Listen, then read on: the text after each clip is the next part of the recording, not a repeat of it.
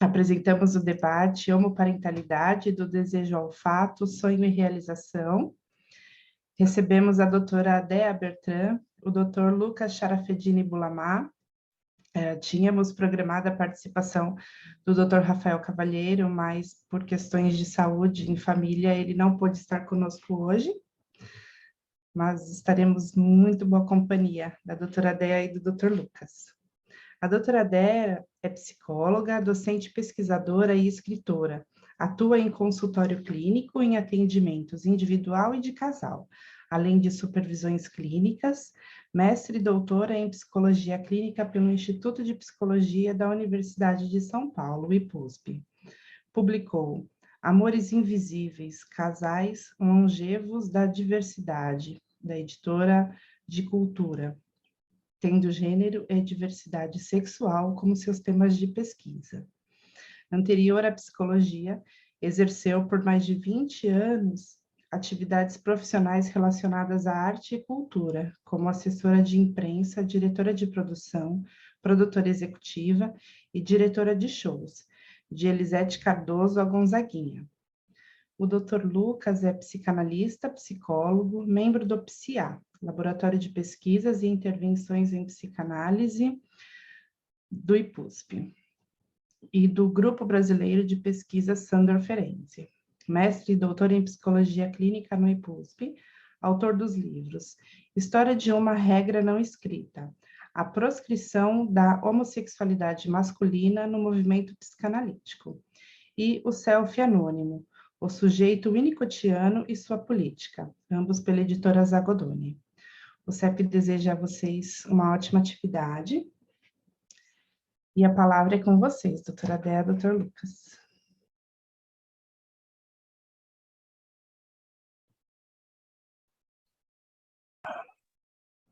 Boa noite. Agora a gente tem que falar teologia, né? Todas, todos e todes.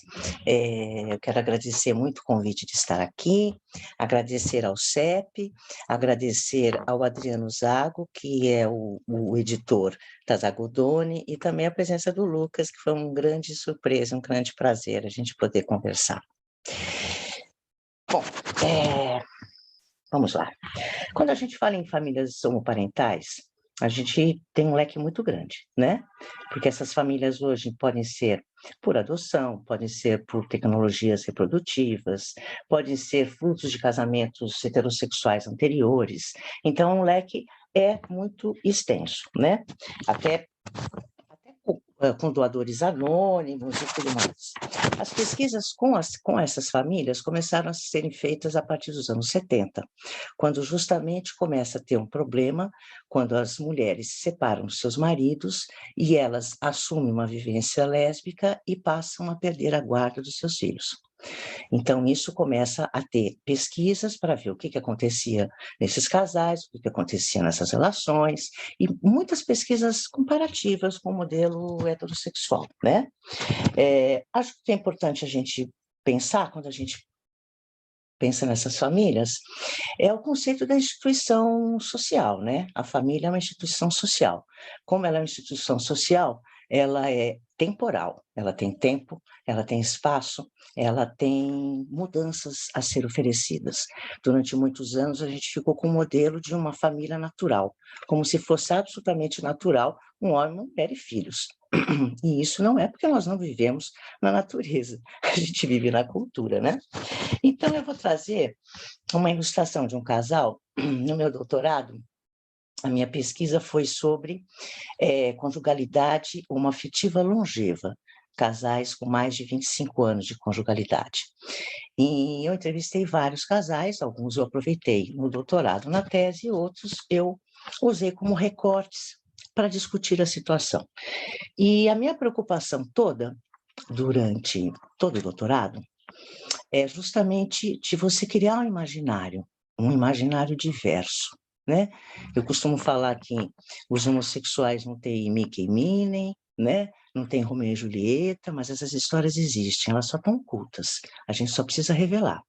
Atualmente eu me enveredei num segundo doutorado, estou na Unicamp, fazendo doutorado justamente sobre as falas de pessoas trans e travestis, mas as falas do ponto de vista da amorosidade, das coisas que foram construtivas.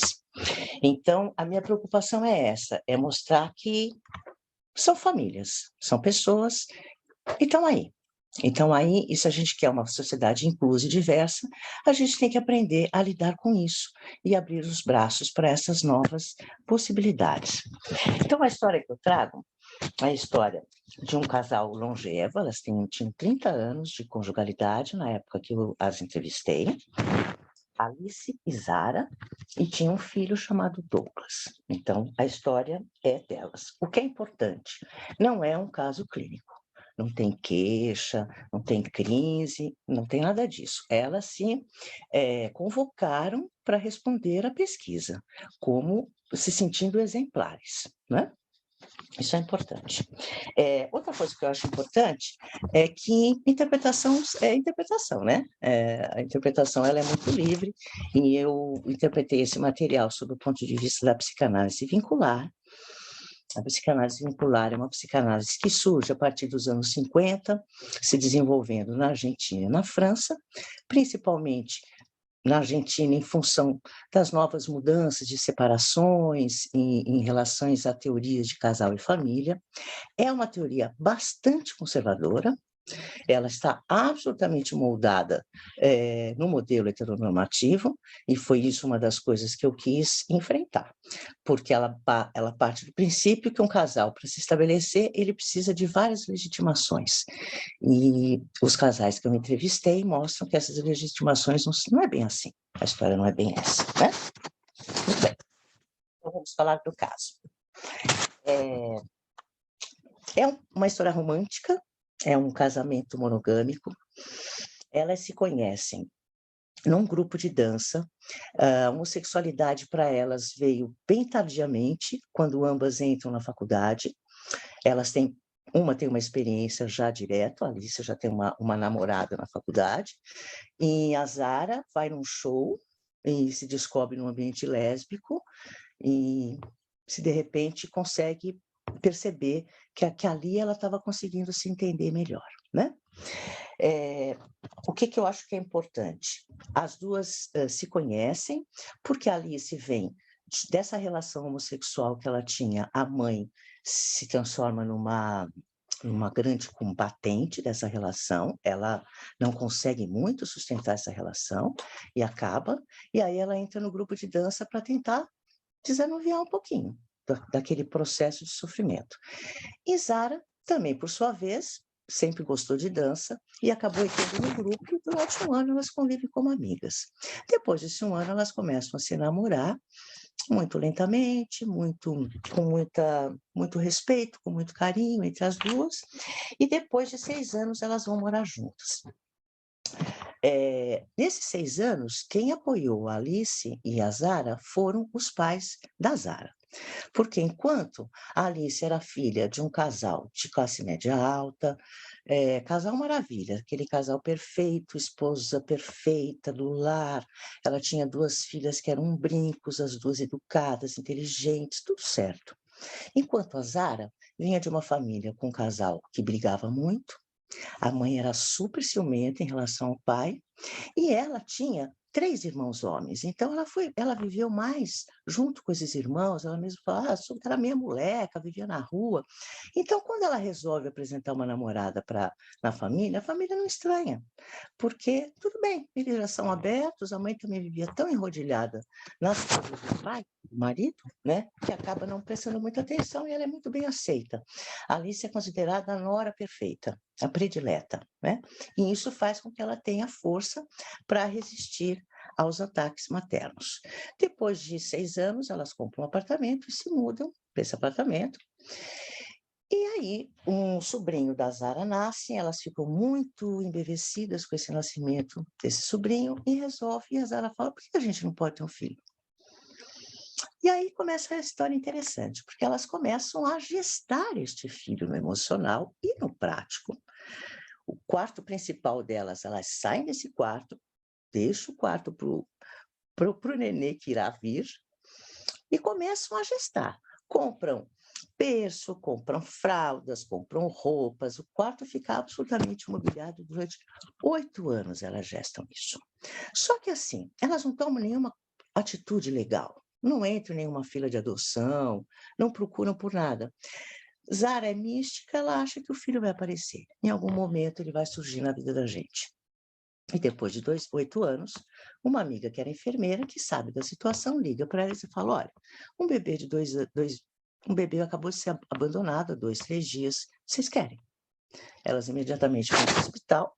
Vejam, elas são um casal longevo, então isso já faz algumas décadas, né? Não é exatamente no momento de hoje. E a Alice consegue registrar o filho como filho natural seu. E aí elas começam a viver este casamento com este filho.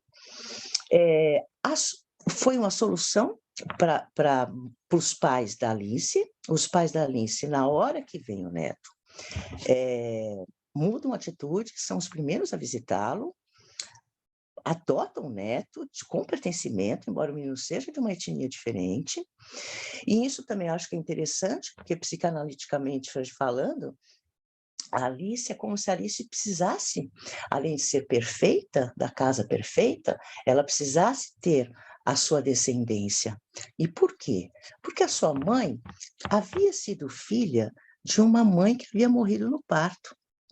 Então, ela havia sido criada por tias. Quando seu pai casa novamente, ela tem uma madrasta.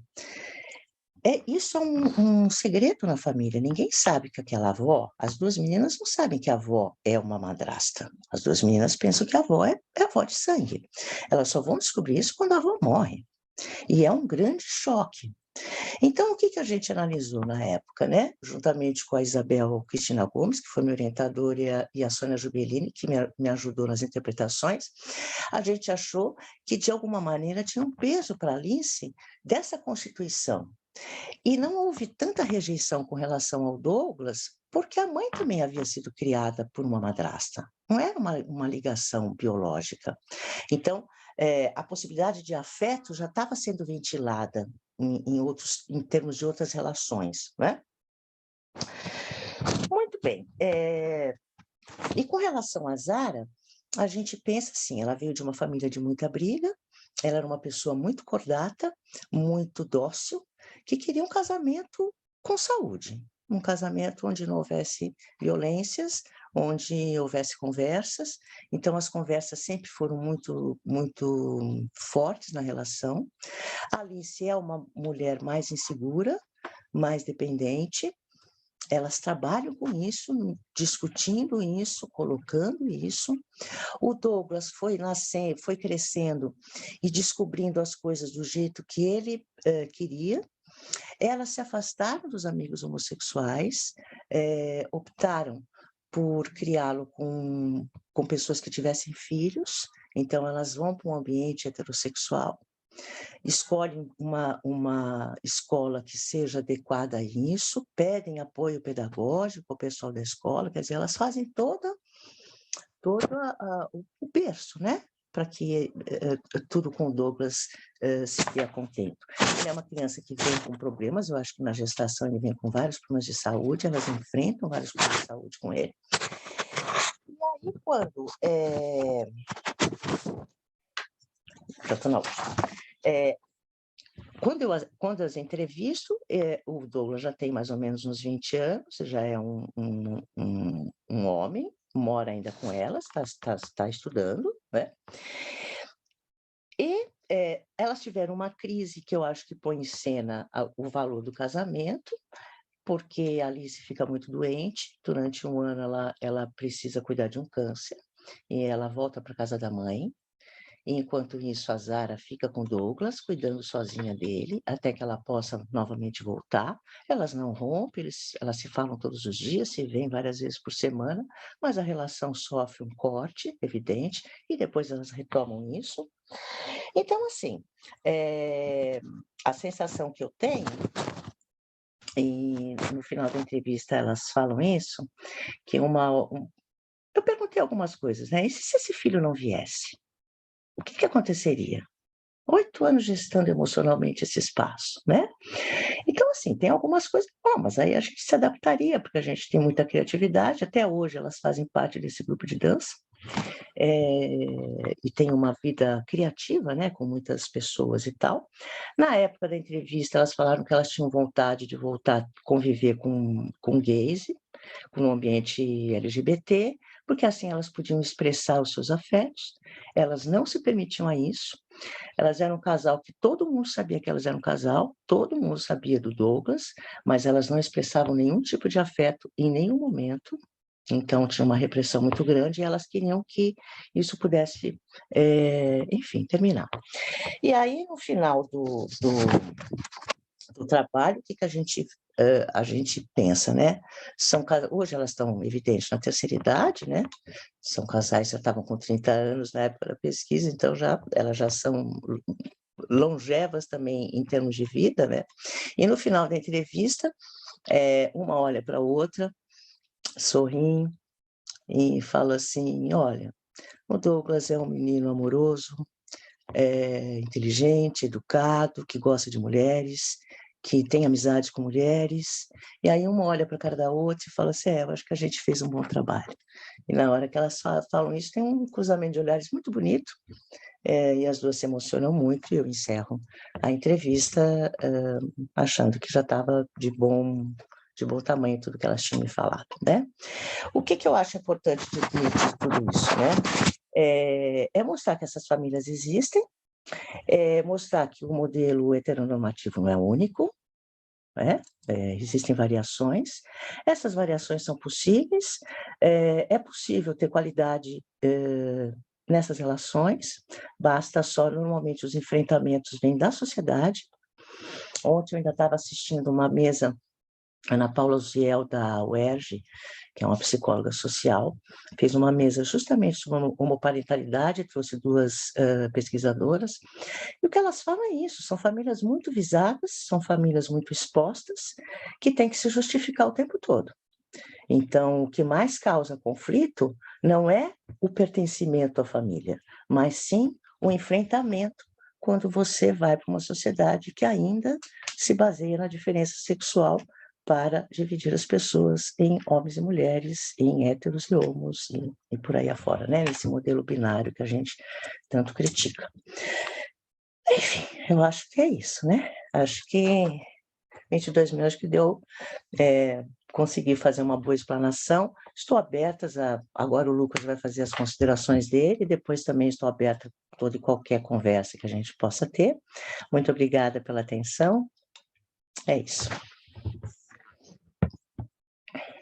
Foi muito bom ouvir você. Eu conhecia o texto, né? Foi muito generoso você compartilhar comigo também. E eu torço para que todo mundo entre em contato com esse texto, viu? Porque não só o texto da Déia, mas o livro parece bem bacana de se ler. Eu falo agora com vocês de uma posição muito mais de ouvinte e interlocutor em vários pontos, né? Eu e a Déia, a gente tem uma trajetória de muitos interesses mútuos, né? Já faz um bom tempo que a gente tem trocado algumas ideias, né? Acho que nunca com tanto afinco que merece, né? As atividades todas. Mas eu falo com um interesse genuíno de saber como é a trajetória dela e como é a tua apreensão desse material tão rico que você encontrou no doutorado e agora também um pouco mais no pós-doutorado, né? Que está a pesquisa que está desenvolvendo a pós-doutorado. Não é, assim, a minha pretensão aqui agora não é tanto apresentar também a minha trajetória, porque, de novo, eu não tenho uma leitura, um trabalho específico sobre homoparentalidade, né, que é o tema da mesa. Então, eu acho que o foco merece ficar com a ideia. Só que eu tenho uma trajetória razoavelmente grande, uns 10 anos, 11 anos, com não só um trabalho de mestrado sobre a questão gay na psicanálise, né, mais especificamente a questão do preconceito contra homens gays na profissão psicanalítica, né, aqueles que queriam poder se formar psicanalistas e não eram aceitos.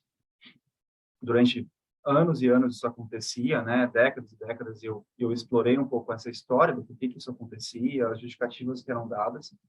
Então, evidentemente, eu passei também pela questão da formação de famílias, né, e o quanto que a psicanálise foi muito reacionária quando aconteceram os primeiros ensaios de alguns estados em países desenvolvidos, né? Alguns países desenvolvidos queriam começar a autorizar, né, e reconhecer essas uniões.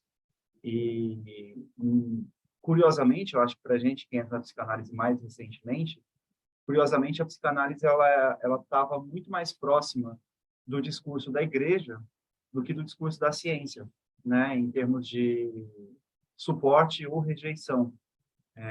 As possíveis, né, as prováveis, então, na época, década de 60, 70, né, as uniões homoafetivas, né, legitimadas pelo Estado.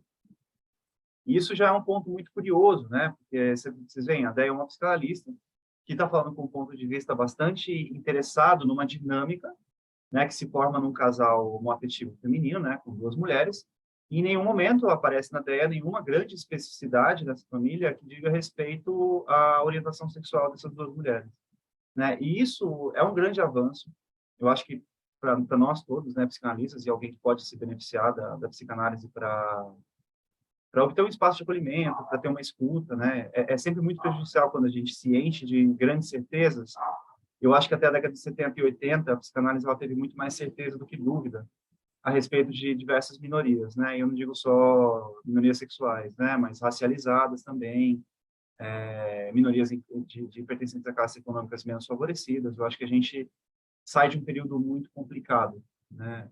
Para reconquistar, talvez, um interesse genuíno nessa disciplina que pode dizer muita coisa e principalmente escutar muita coisa do ser humano, né? Então, assim, bom, depois desse preâmbulo, então, voltando, né, eu vou fazer algumas perguntas aqui para a Déia, e eu quero que a gente faça um diálogo, não só entre nós, mas um diálogo mais plural, né, que você também participe, para a gente poder explorar esse tema, que eu acho bastante rico. Acho que esse panorama que eu dei para vocês talvez abra mais uma portinha de interesse, que é de dizer a nossa história é uma história preconceituosa, né? A nossa história de psicanalista é uma história muito preconceituosa. Eu falei que os psicanalistas se comportavam como padres, né? Como os sabedores da moral da civilização, mas o discurso era muito mais apocalíptico mesmo, né? Porque aconteceu muito nos Estados Unidos, aconteceu um tanto no Brasil também, mas não tanto, porque a gente já estava na década de 2000, quando esse debate veio para o Brasil, e a psicanálise já tinha saído um pouquinho dessa loucura que era classificar a humanidade como reprodutivamente saudável só se fosse heterossexualizada, vamos dizer assim, né? Mas na França, na década de 90 mesmo, 80, 90, e nos Estados Unidos, na década de 70, se alguém no Estado, por exemplo, né, se algum legislador promovesse ou propusesse a legalização estatal, o reconhecimento estatal de uniões homoafetivas, os psicanalistas eram os primeiros a dizer que a ordem civilizatória ia cair, né? Talvez a Déia esteja par um pouco dessa discussão, né? Isso aconteceu bastante na França. Tem trabalhos no Brasil feitos sobre esse debate que rolou na França na década de 80, 90, né? Em que as pessoas diziam, os psicanalistas diziam com todas as letras, sem o Édipo, né? Sem um casal heterossexual, pai e mãe, né? Em termos biológicos, né? Eu não gosto muito dessa designação, mas para ficar um pouco mais claro, sem um casal biológico ou biologicamente determinado, né, sexualmente como pai e mãe, homem e mulher, os frutos dessa geração seriam ou psicóticos ou perversos, né? Não há possibilidade do advento de uma neurose ou de uma outra pessoa potencialmente reprodutiva da sociedade de um casal homoafetivo, ou seja, a civilização ia acabar.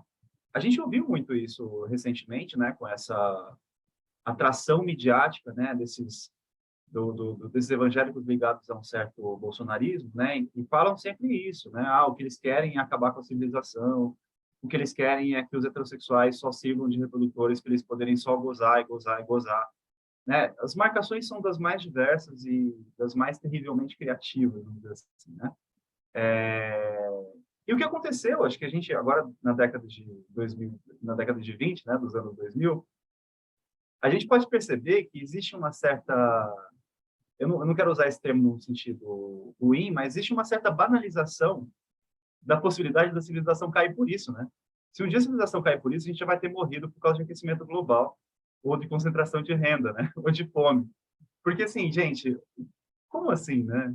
Quem que sai de uma casa razoavelmente estabelecida com cuidado e amor, ou como dizia o Winnicott, né, um ambiente suficientemente bom, por que essa pessoa necessariamente sairia incapaz, vamos dizer assim, de viver em sociedade, ou que a ordem simbólica ia cair, né? Eu acho que, para a gente que talvez conviva com, escute, leia sobre, né, casais homoafetivos, e que, de fato, optaram pela reprodução, ou pela adoção, pela via adoção, ou pela via da FIV, ou por outras vias, né, tipo, reprodutivas possíveis, essas pessoas são, assim, gente, sinceramente, tem um detalhe muito interessante de falar para vocês sobre isso, né? Todos os casais homoafetivos que eu conheço são cheios de intrigas, chantagens, ciúme, posse, manipulação, ou seja, não difere nada de um casal heterossexual. Todos são a mesma coisa, mas também podem oferecer, potencialmente, um ambiente de muito acolhimento, de muita escuta, de possibilidade de desenvolvimento criativo para aqueles que são próximos ou que vêm desses casais reprodutivos, né? Ou seja, em resumo, não tem nada mais parecido com um casal homoafetivo que um casal heterossexual, né? Até aí, assim, a gente não tem nenhum dado dizendo que existe uma particularidade. Mas essa é a minha primeira questão para a Déia, né, sobre esse relato. Que a parte da questão delas buscarem ativamente alguns grupos LGBT, mais orientados para essa marcação, né, da diferença da orientação sexual com o que seria legitimado pela sociedade, você sente que se você mesma lesse um relato desse, né, ou as pessoas que ouviram o seu relato, vocês conseguiriam antever ou dizer, sem saber que era um casal de mulheres, que era um casal de mulheres? Né? Há alguma determinação? Agora, uma interrogação muito mais também para a teoria vincular, né, que você explora mais hoje. Existe algo marcado, né, que diga, não, isso é especificamente um fenômeno de casais homoafetivos ou, mais especificamente, de casais homoafetivos mulheres? Né? Porque aí depois eu vou também falar algumas coisas para vocês, porque só um preâmbulo também, outro, que desde que eu fiz o meu mestrado sobre a questão do preconceito na psicanálise, eu tive uma entrada muito curiosa no mundo gay, vamos dizer assim, né? Na clínica. Então, quase todos os pacientes que eu atendo hoje, e vamos dizer que eu atendo algumas dezenas, eu juro para vocês que pelo menos 80%, quase 90% são homens gays. Então, existe uma particularidade, né, na formação dos casais gays, que eu digo que talvez seja muito mais próximo de uma certa visão eu ia falar, em vez de, ao contrário do estéreo, mas uma visão caolha, vamos dizer assim. Quando a gente olha casais heterossexuais, a gente vê um pouco o lado do homem, as narrativas masculinas, parece muito as narrativas dos casais gays, né? Quando eu vejo as narrativas das mulheres nos casais héteros, parece muito as narrativas dos casais lésbicos, sabe? Tipo, os casais homoafetivos femininos. Aí sim, talvez eu veja alguma diferença, né? De como que é, vamos dizer assim, a subjetivação de um casal homossexual homem e a subjetivação de um casal homossexual lésbico, né?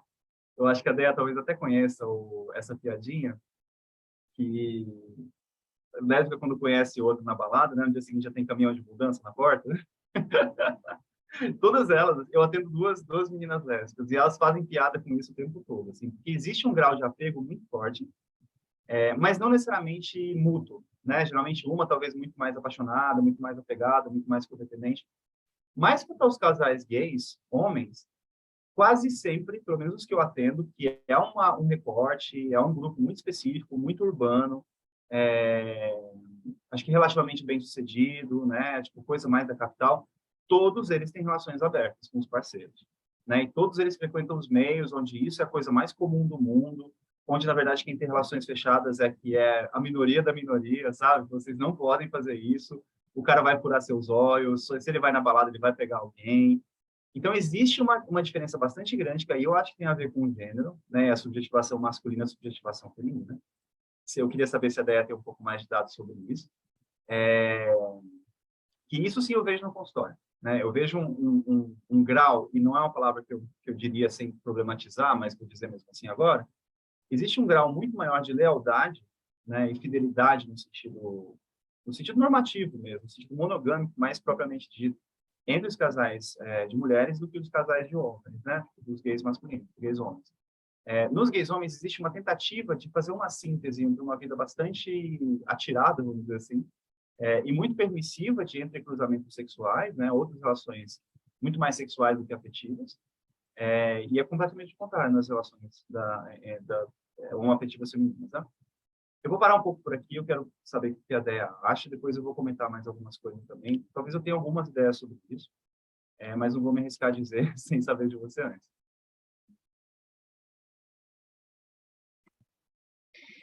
Oi, gostei muito, Lucas, de te ouvir.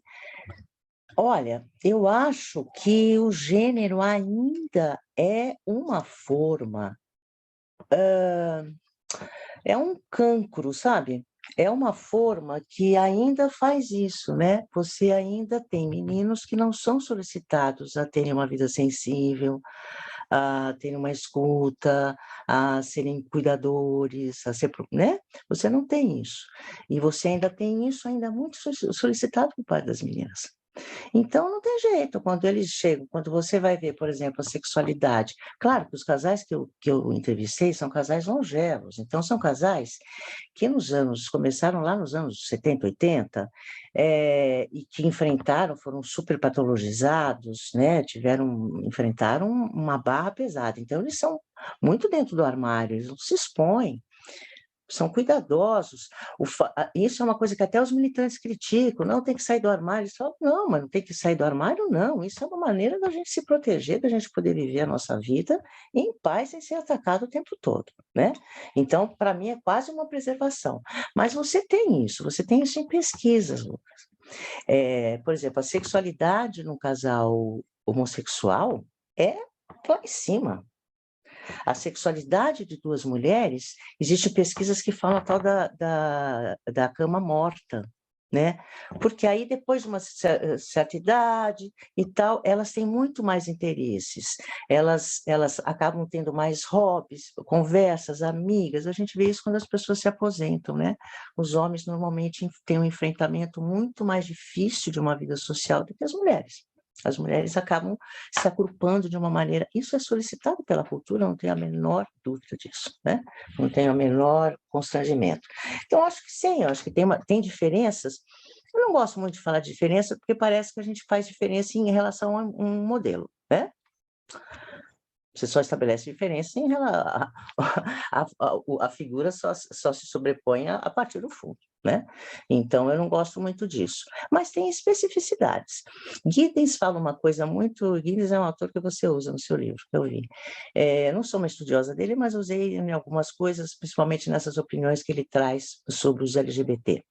Ele fala o seguinte, que os heterossexuais estão muito atrasados, que agora eles estão começando a discutir quem lava louça, né? Quem faz isso, quem faz aquilo. Que os gays já têm essa flexibilização de gênero já há muitos anos. Flexibilização, por exemplo, de hierarquias dentro do casal, são casais mais democráticos. Eu encontrei casais de homens fiéis, né? Eu fiz uma entrevista com 2 casais super fiéis, um deles com 32 anos e uma relação muito saudável, ambos eram muito diferentes e eles sabiam que eles tinham que existir na diferença e por isso que eles estavam conseguindo estar juntos, né? Se respeitavam isso, diferença mesmo, de um ficar acordar às 6 da manhã e querer fazer exercício e o outro ficar até meio-dia dentro do quarto de seriado no escuro. Diferenças de fim de semana que eles tinham que ajeitar, de amigos e de relacionamentos e tudo mais. Agora, não sei se eu consegui te responder, mas eu acho que essas famílias, as características, o que tem mais de característica mesmo, Lucas? Eu acho que é o fato de pertencer a uma minoria. Como as famílias interraciais. Você tem que preparar as pessoas falando, olha, na hora que você sair, vai ter chumbo. Tem jeito, a gente vive uma sociedade racista, homofóbica, reprimida, com um poder que não nota. Eu falo, se as pessoas pelo menos considerassem que as relações são do poder, já seria meio caminho andado, mas nem isso as pessoas acham, né? Ainda ficam pensando. Então, assim, é uma vivência difícil. Não que seja pior, melhor, não vou colocar nenhum tipo de qualificativo, mas é uma vivência como é uma vivência Se você tem casais com diferença de idade, é uma vivência mais difícil, casais com filhos, por exemplo, é um deflagrador de conflitos um casal. Né? Isso também é provado por pesquisas. Claro, na medida que os filhos vão crescendo, eles vão colocando o casal parental em conflito, né? Mas eu acho que é isso. Deu para responder? Eu acho que...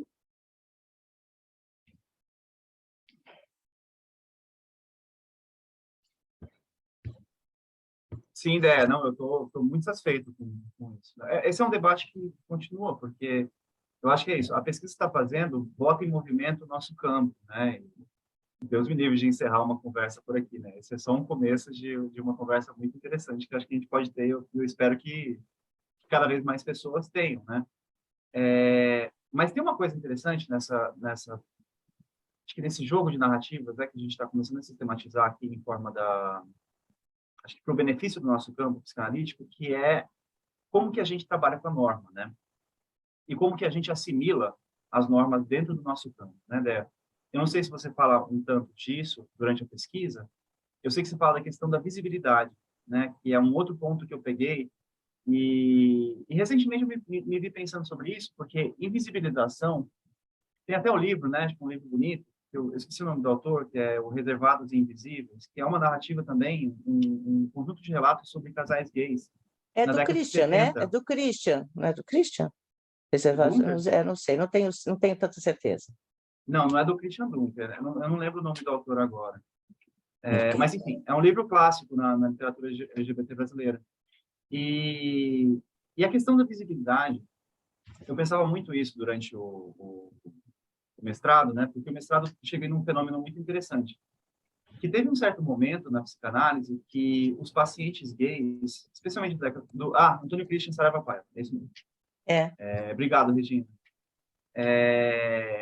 Que alguns pacientes na década de 70, quando a psicanálise era bastante preconceituosa, até demonizante, né, dos homossexuais, os pacientes procuravam psicanalistas que fossem gays também, né? Hoje isso acontece bastante, né? Existe uma certa afirmação, acho que anti-invisibilização, mas obviamente também anti-violência, que eu preciso de um espaço seguro, né? E eu acho que a gente perdeu muito com isso, porque é muito bom quando o analista pode ouvir o paciente de uma posição outra, que não aquele que ele se apresenta, né? Quer dizer, a gente não trabalha com identidade, né? A gente trabalha com identificações, a gente trabalha com o inconsciente, no sentido bastante geral.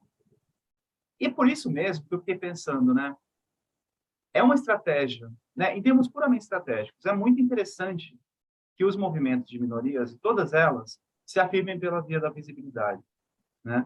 Eu estou na praça pública, acostume-se você preconceituoso, porque eu existo, né? Eu acho que isso fez toda a diferença na história da afirmação de minorias, agora particularmente falando das minorias sexualizadas, né? Do quanto que a ocupação da praça pública aconteceu um pouco o que eu falei, né? Que aconteceu que há filhos de casais gays hoje pelo mundo e eles são normais. Eles sofrem, eles gozam, eles vivem, eles são violentos, eles são pacíficos, como todos nós. Só que a gente, né? Eu acho que a gente que faz parte de uma certa maioria, vamos dizer assim, né? Tipo, seja lá o que for isso também, mas uma maioria que não precisa dizer seu nome o tempo todo, tem o privilégio do anonimato, né? Agora, puxando um pouco a sardinha do meu livro, que é a visibilidade o tempo todo cansa, não é? E a norma faz justamente isso, né? O Foucault falava isso naquele texto dele, A Vida dos Homens Infames, que a norma, ela joga um feixe de luz, né, na existência, nos corpos, de pessoas que escapam da norma, né? É como se fosse, sabe, saída da prisão, quando você está planejando, e de repente você vai para o pátio, só que tem um guarda e ele liga um holofote, o holofote faz pum na cabeça, na cabeça da pessoa, né?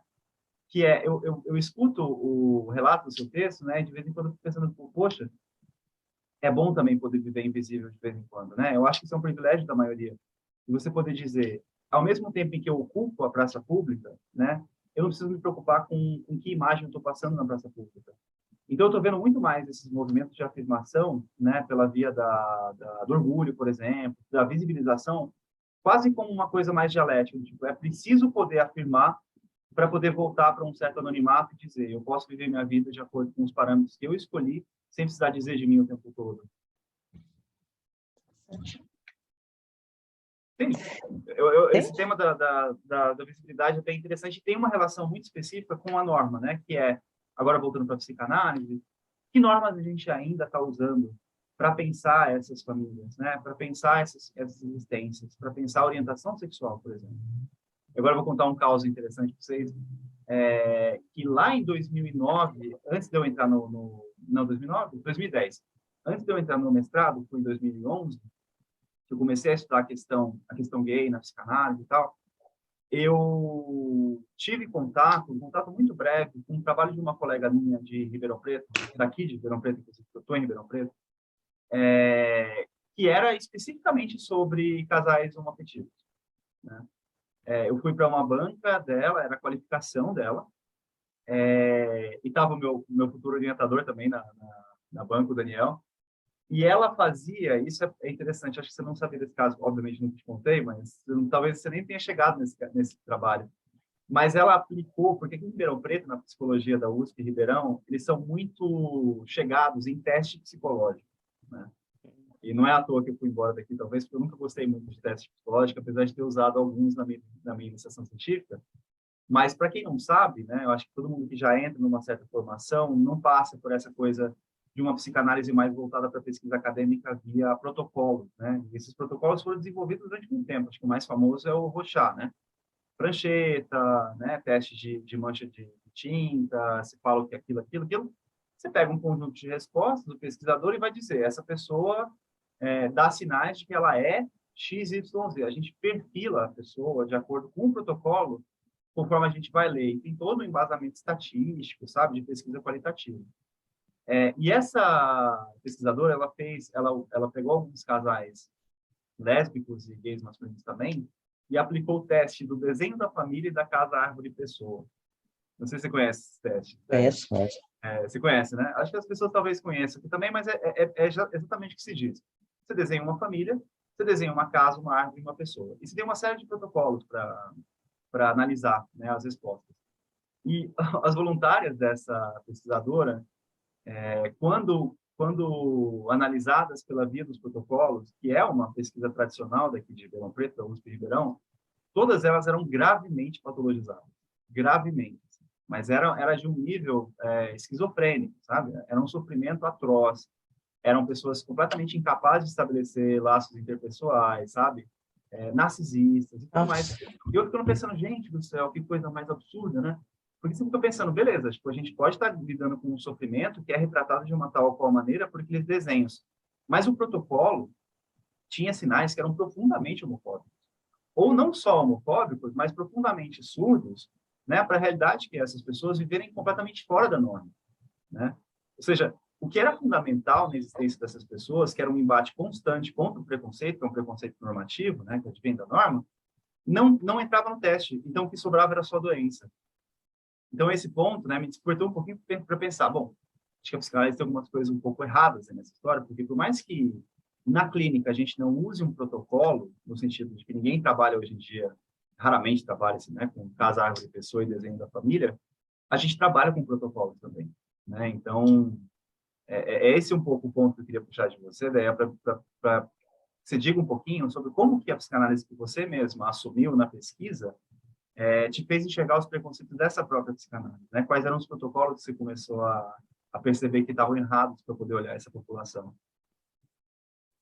Então, na tese eu apliquei o TAT, eu fiz uma entrevista semidirigida, e aí o TAT é o teste de apercepção temática, é um teste que você mostra a ilustração e a pessoa tem que contar uma história. E qual foi o porquê? De confrontar as respostas das entrevistas, que é uma resposta racional, com as projeções que eles podiam fazer em termos de fantasias, né? E foi muito interessante essa junção desses dois discursos, porque um qualificou o outro, embasou o outro e mostrou que os dois estavam muito coerentes, né? O tempo todo foi muita coerência. Outro dia, eu estou fazendo segundo doutorado, Lucas, não é pós-doc. Fui mais louca do que...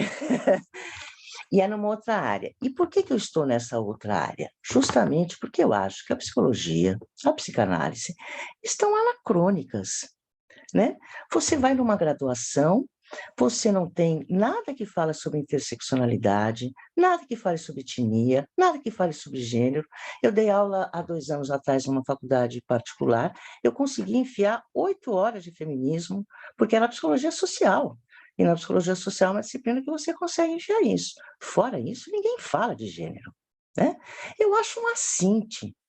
Às vezes, nos cursos de pós-graduação, você não encontra. Eu fiz mestrado e doutorado na USP, é na psicologia social que tem gênero, ou pelo menos que tinha, agora pode ter mudado, né?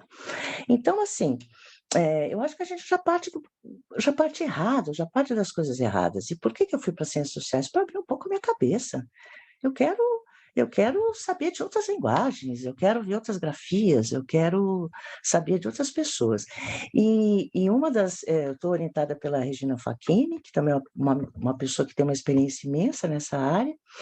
E fora isso, outro dia, por exemplo, eu soube de uma teoria, que eu não vou lembrar o nome não, mas que eu achei bem legal, que é assim, tem a estrutura e tem o vento que passa. E na medida que o vento passa, vai dando outra conformidade um pouco a essa estrutura, né? E eu acho que é isso, eu olho na minha clínica, é interessante, porque, por exemplo, você tem, na psicanálise vincular, você tem o Mogilansky, que até já morreu, que falava que as famílias homossexuais eram famílias marginais. Ele conta um caso que é um absurdo, que ele conta um caso que ele trabalhava lá com um supervisor numa clínica X, na Argentina, e aparece um casal homossexual, e eles fazem uma reunião para ver se eles vão aceitar a tratar desse casal homossexual, porque se eles aceitassem, eles estavam endossando a homossexualidade. Cara, isso foi agora, isso aqui é um livro lançado, sei lá, nem há 10 anos, né? Então, assim, acho que está muito anacrônico. Eu já vi muita psicanalista ficar feliz porque o paciente dela era homem, era gay, estava namorando com menina. Já vi isso. Tem muita projeção mesmo, eu acho que tem muita terapia vencida, tem muita gente que faz terapia sei lá onde, e aí fica fazendo a sua clínica sem estudar e sem revisar as coisas. Eu, na minha clínica, tenho uma clínica acolhedora, primeiro. Isso sou nicatiana, eu trabalho de acordo com a demanda do meu, eu não chamo paciente, eu chamo cliente, porque eu não trabalho com diagnóstico, nem psicodiagnóstico, nem cura, nem tratamento, nada disso eu falo, não existe no meu vocabulário nada disso. Para mim, a terapia, a psicoterapia, a análise é um espaço de comunhão, um espaço de confiança, um espaço onde você vai poder rever a sua vida, se reavaliar, se realinhar, se redesenhar, né? Então, você tem que ter espaço. Se você é trans, se você é gay, se você é homem, não importa. Para mim, não importa. Eu tenho uma escuta muito aberta, né? Eu acho que as pessoas têm que achar o seu discurso, achar a sua trajetória, se entender em termos de pertencimento. Eu acho importante o pertencimento. Estrutura é importante também, né? As identificações são importantes. Você saber quem você é importante também. Mas, dentro desse quem você é, hoje, é tão dinâmico, né? É muito dinâmico. Então, não sei se eu te respondi, Lucas, mas, na verdade, eu acho que a gente precisa sacudir essa poeira, sim.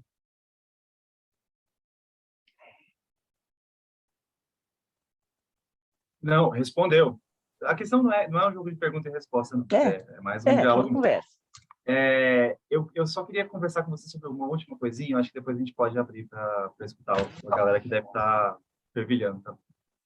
Que bom, você sabe quais são as minhas últimas pesquisas, um tanto, né, que eu estou fazendo de um jeito um pouco mais informal e tal, e eu queria saber o que você acha disso, porque hoje, em cenários muito locais, né, a gente está falando de uma realidade mais urbana, paulista, ou mesmo de outros países, né, em que isso talvez possa ser vivido de uma maneira mais tranquila, mais livre, menos sujeita a violências simbólicas, físicas, etc. Mas é muito curioso que isso você coloca no texto que você escreveu no livro, né, é que existe uma tendência à legitimação, né, de uma certa normatividade que vem do desejo de ser um casal, né, e ter a sua existência e o seu próprio formação de casal legitimado pelo Estado. E isso sempre me fez pensar o seguinte: primeiro que eu não concordo muito com isso, né? Eu acho que aquele negócio que eu falei da dialética da norma, né? Da visibilidade e da invisibilidade, acho que as pessoas não tem que ter uma identidade reconhecida, né? E reconhecível para poder voltar, né? A possibilidade de uma vida mais anônima, né? Mais de fluxo e menos estático, né? Que é, acho que por excelência, a ideia da identidade. Mas eu fico sempre muito curioso que, mesmo com existências que foram historicamente aviltadas, né, historicamente sujeitas ao preconceito, como a família, né, e a forma casal é algo tão estável, né? Isso sim, porque a gente pode encontrar homossexuais hoje, gays, lésbicas, trans. Parece que, de fundo, por mais que essas pessoas rompam todas as regras que dizem respeito a uma certa ideia do que é natural em termos de orientação sexual e de sexualidade, né, e de exercício da sexualidade, parece que sempre se volta à forma casal, né? Parece que sempre se volta à formação de uma família, né? O que você acha disso? Essa sim é uma pergunta, né? Mas muito mais de uma curiosidade pessoal para saber o que você pensa disso, né? Que você deve ter tido algum contato com essa ideia. Eu tenho na minha clínica pessoas que são pan, eu tenho na minha clínica pessoas que vivenciam grupos de sexo e vivenciam vida 3, né? Hoje eu já tenho na minha clínica isso. Já tenho 61 anos, então nasci em 1960. Por mais que eu recebi todo esse modelo, né? Heteronormativo, né? Na minha juventude, na minha adolescência. Eu não sei te responder. Hoje eu não sei te responder, Lucas, porque eu não sei direito hoje o que se deseja, né? A Férez fala muito dessa coisa da individualidade. As pessoas hoje, os casamentos são mais críticos porque as pessoas priorizam a individualidade e não o relacionamento. Há tempos atrás, as mulheres cediam mais aos maridos, então, no fim, os casamentos, esse formato já foi para o espaço. Esse já foi para o espaço. Mas os novos formatos, por exemplo, você me trouxe na outra consideração que você fez, a coisa dos casamentos abertos com os casais homens e não com das mulheres. E isso também é fato. Existe Agora, o que isso move, né? O que move? Será que o desejo masculino é mais forte? É mais solicitado pela sociedade? É mais empoderado? Será que as mulheres é o contrário? Não sei. Mas, assim, a gente do feminismo, nós tivemos que mudar muitas das nossas concepções, né? A gente achava que, sei lá, por exemplo, que a pornografia era uma coisa que submetia mulheres na violência. Hoje você tem profissionais do sexo que requerem essa legitimação, eu acho perfeito que sim, eu vendo a minha cabeça, elas vendem o corpo, ok, percebe? Eu vendo o meu conhecimento, elas vendem o que elas têm, a gente vende o que a gente tem, né? Então, assim, tem muitas mudanças, né? Nos papéis que se exercem, nas possibilidades que se exercem.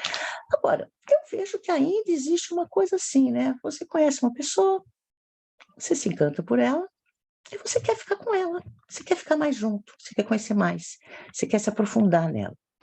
Se depois essa experiência se abre para uma terceira, para quarta, para outras situações, ok. Mas é interessante que sempre tem o núcleo central, né? Mesmo quando ela abre, sempre tem uma fidelidade do núcleo central, os acordos são feitos com esse casal central, né? Não sei, eu sou uma pessoa muito romântica, muito, né? Eu bebi em todo o cancioneiro popular, então eu sou toda do amor mesmo, né? Então, no meu modelo, é um modelo um pouco mais exclusivista.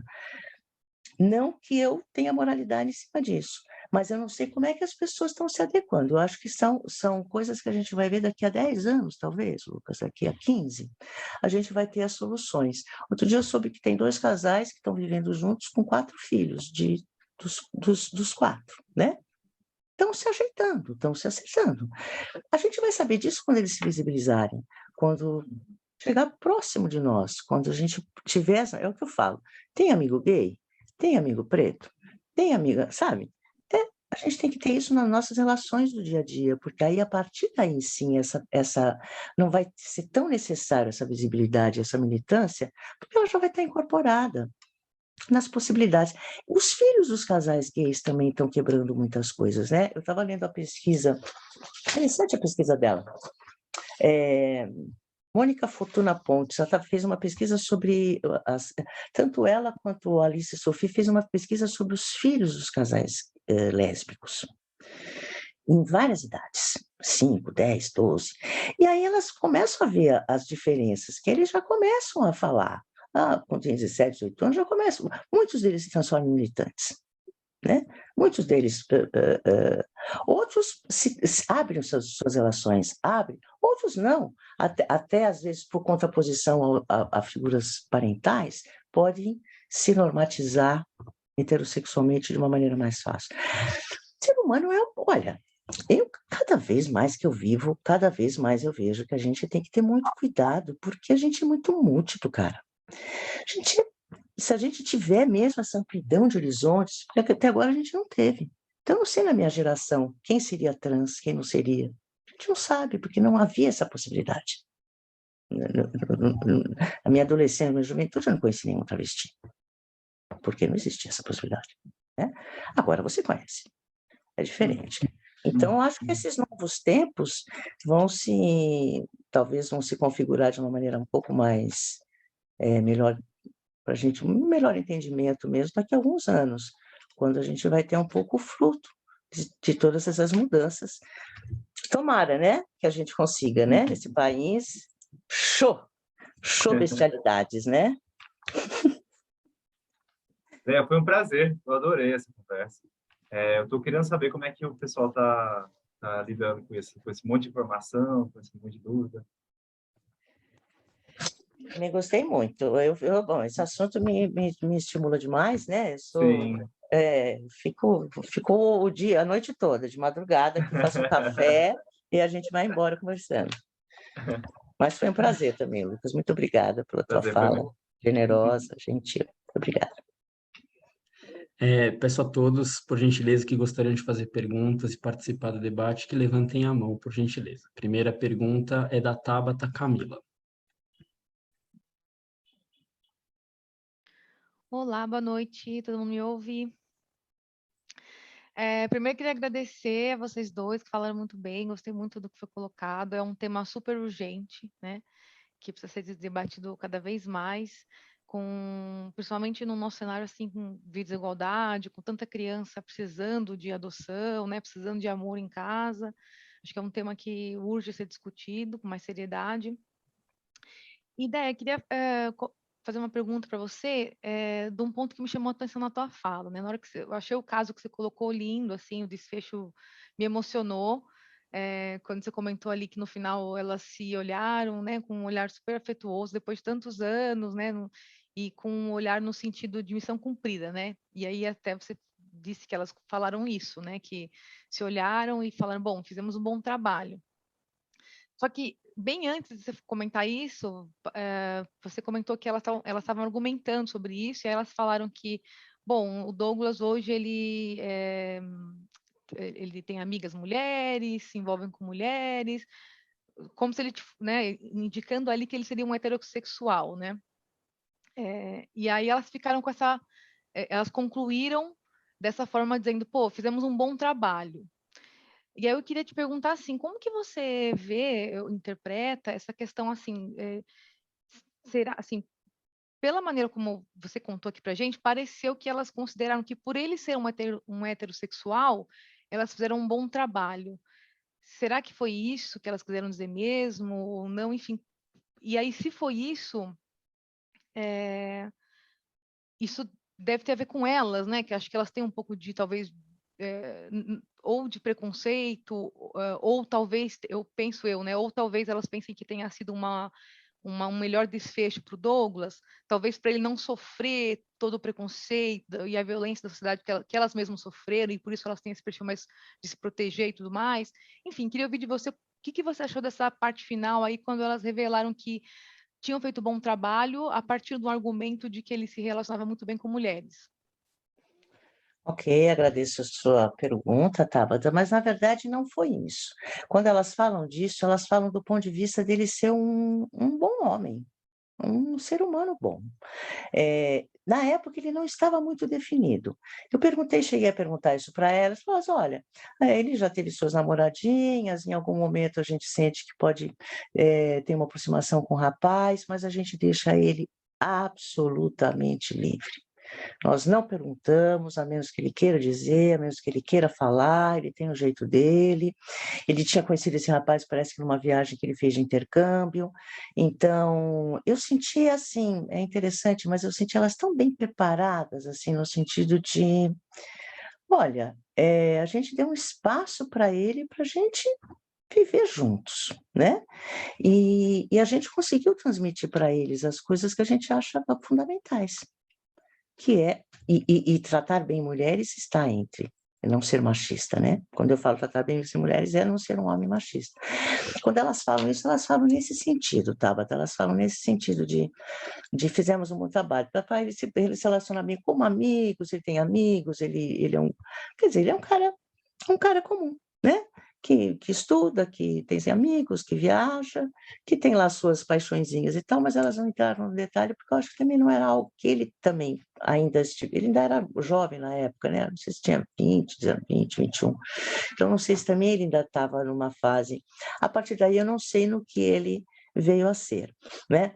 Tem uma discussão que fala assim, mas os casamentos homossexuais vão gerar mais filhos homossexuais. Eu acho que talvez sim, porque são modelos, você está aberto, opa, da mesma maneira que agora tem muito mais pessoas se identificando como trans. Por quê? Porque não tinha essa possibilidade, agora tem. Opa, deixa eu me mostrar, deixa eu me encaixar, né? Então, pode ser que sim, mas aumente não no sentido de aumentar por estímulo, aumenta porque tem visibilidade. Eu acho que é mais nesse sentido, você vê que é possível. Você vê que é possível, você vê que não, você muda. Quando você conhece pessoas que convivem com gays, com ambiente LGBT, são pessoas que têm outro discurso. Quando tem familiares, primos, irmãos, como tem amigos, é outro discurso, diferente de pessoas que nunca conviveram com heterossexuais, com homossexuais e que não sabem muito bem como lidar. Essa semana eu tive o relato de uma cliente, ela é hétero, com um namorado, ela saiu com um casal lésbico. Dois casais héteros e um casal lésbico, pela primeira vez. E ela achou muito esquisito, porque as meninas não se tocavam. Ela deu selinho, ela ficou de mão dada, outro casal também, as meninas não ficavam. E aí eu perguntei, e se elas se tocassem? Como é que... Ia ficar esquisito, hein? Entende? É tudo jovem, tudo amigo. Então, assim, é complicado isso, né? O preconceito, ele vem de onde a gente menos espera, né? Às vezes. Não sei se eu te respondi, Tabata. Temos mais uma pergunta da Natália Alves agora. Microfone aberto.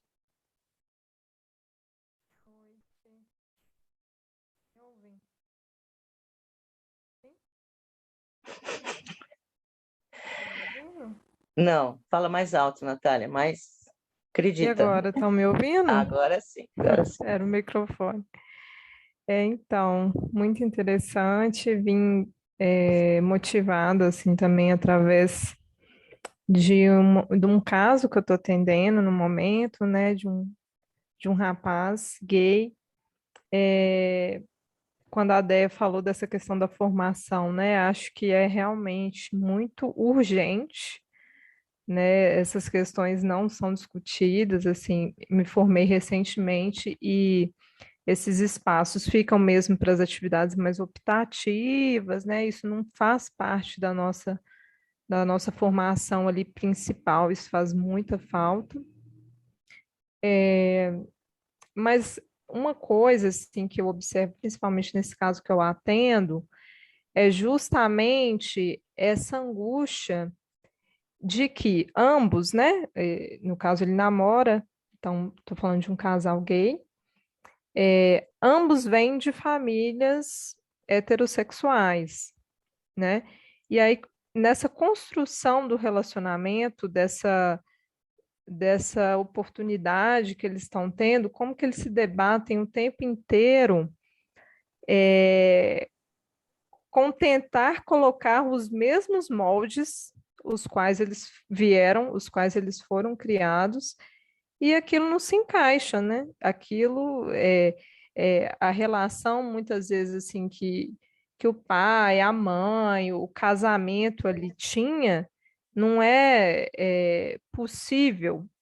E aí vai gerando muita angústia, muito sofrimento, muita sensação de que aquilo não é nem possível de se fazer, né? Eu queria perguntar à Déia, assim, ao Lucas também, como que vocês pensam isso, né? Porque são pessoas que vêm de lares heterossexuais e de repente tem que criar, assim, uma nova forma de se relacionar também, que não tem uma referência, por assim dizer.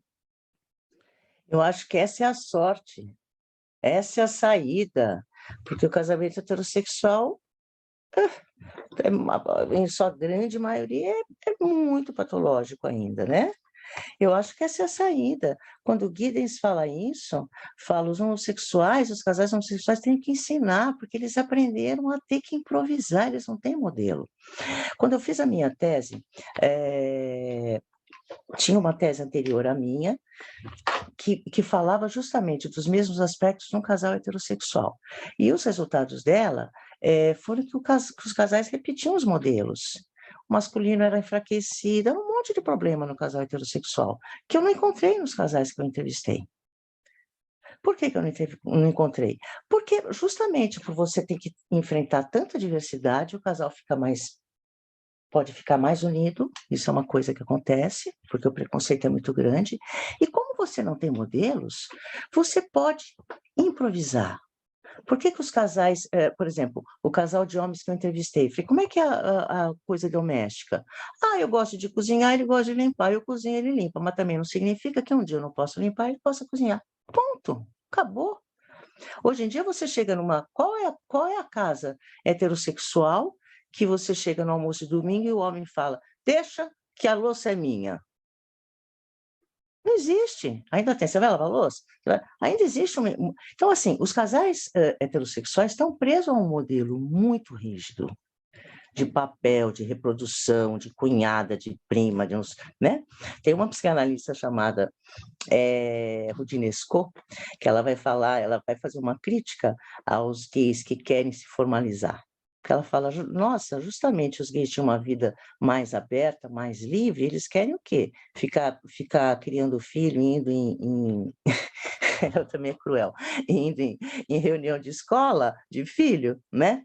Então, assim, tem até uma crítica com relação a isso, porque eles têm um viver mais liberto. Então, com relação ao seu cliente, eu acho que você pode usar um pouco, acho que o Lucas pode me ajudar aí, o espaço criativo do Winnicott, né? Eles têm um espaço criativo que eles podem criar e ser diferentes. Para que eles querem ser igual aos pais? Eles podem pegar as coisas boas.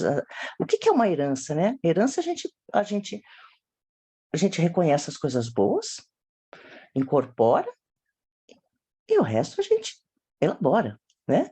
Os casais, o casal parental deles também lá deve ter seus problemas. Então, não sei. Eu acho que é uma saída. É uma saída. Eu acho que os casais, essa diversidade sexual, essa diversidade ética, essa diversidade. Sabe, ontem eu vi uma mesa, tinha trans indígena, sabe? Eu acho que isso deixa a nossa sociedade tão mais interessante, mais rica, mais, sabe? Mais colorida, mais. Em todos os sentidos, né? Enfim. Fala aí, Natália. Lucas pode me ajudar com o espaço criativo. Eu posso. É que eu acho, eu tenho uma visão um pouco mais pessimista nesse sentido, viu, Déia? Eu não sou, assim, o top 100 fãs da família como a gente entende, né? Então, eu acho que existe uma forma de transmissão inconsciente que acaba imprimindo papéis de gênero, mesmo em casais que são do mesmo gênero, sabe?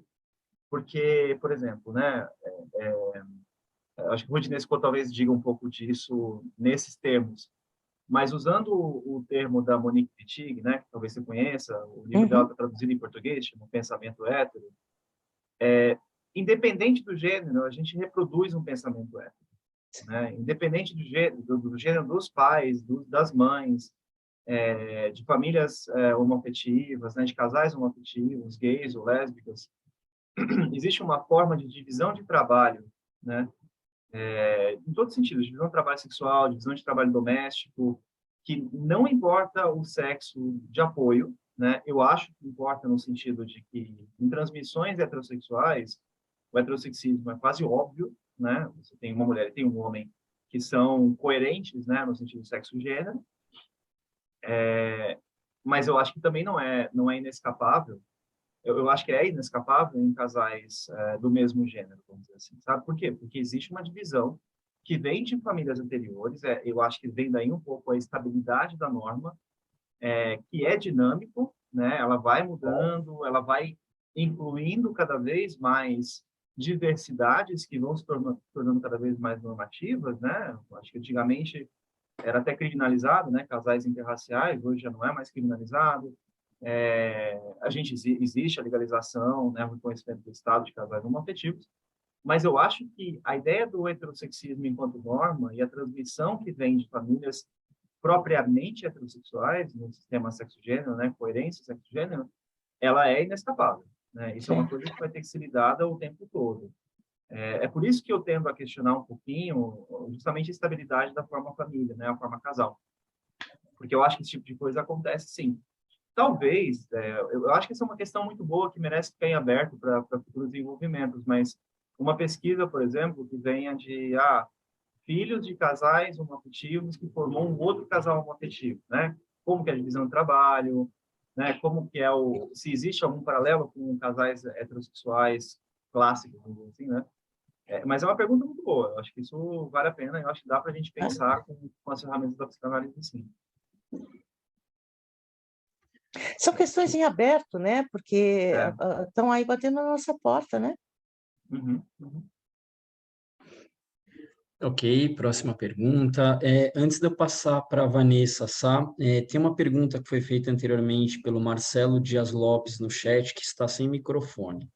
Pergunta 1. Lacan afirma a diferença entre o gozo feminino e o gozo masculino. Em casais gays e lésbicas, devemos considerar essa diferença para o sucesso do manejo da condição clínica? Pergunta 2. Essa diferença entre o gozo masculino e feminino justificam a percepção do professor Lucas sobre os casais gays masculinos e femininos? Lucas, é sua, porque essa coisa de gozo de Lacan, eu tô fora.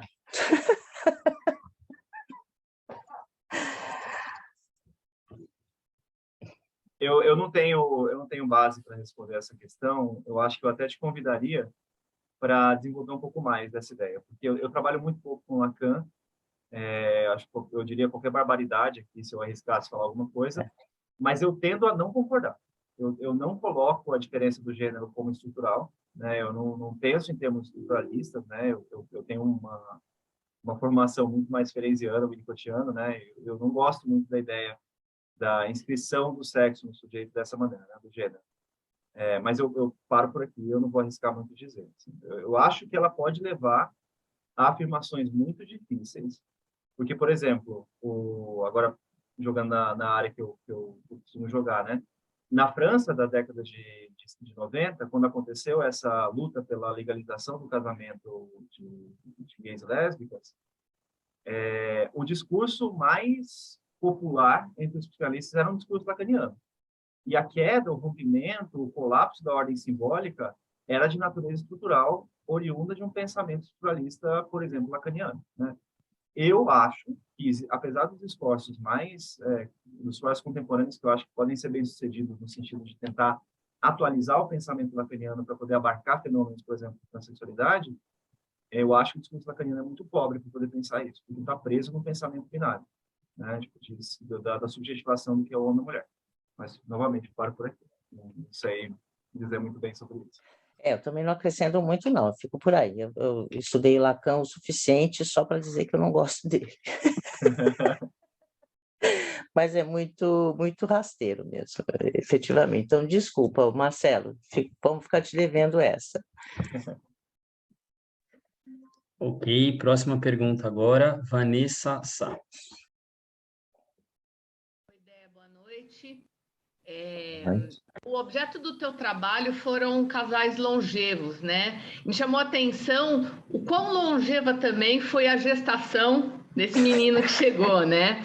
Eu queria saber se você explorou isso um pouco com elas, né? Se daria para dizer, talvez, que a relação delas tenha se fortalecido em torno dessa espera. Não sei, como é que você explorou isso, ou se é que você explorou isso? Na época eu não explorei muito, eu pensei nessa história, né? Se o filho não tivesse vindo, qual o buraco que teria ficado, se elas iam conseguir sair disso.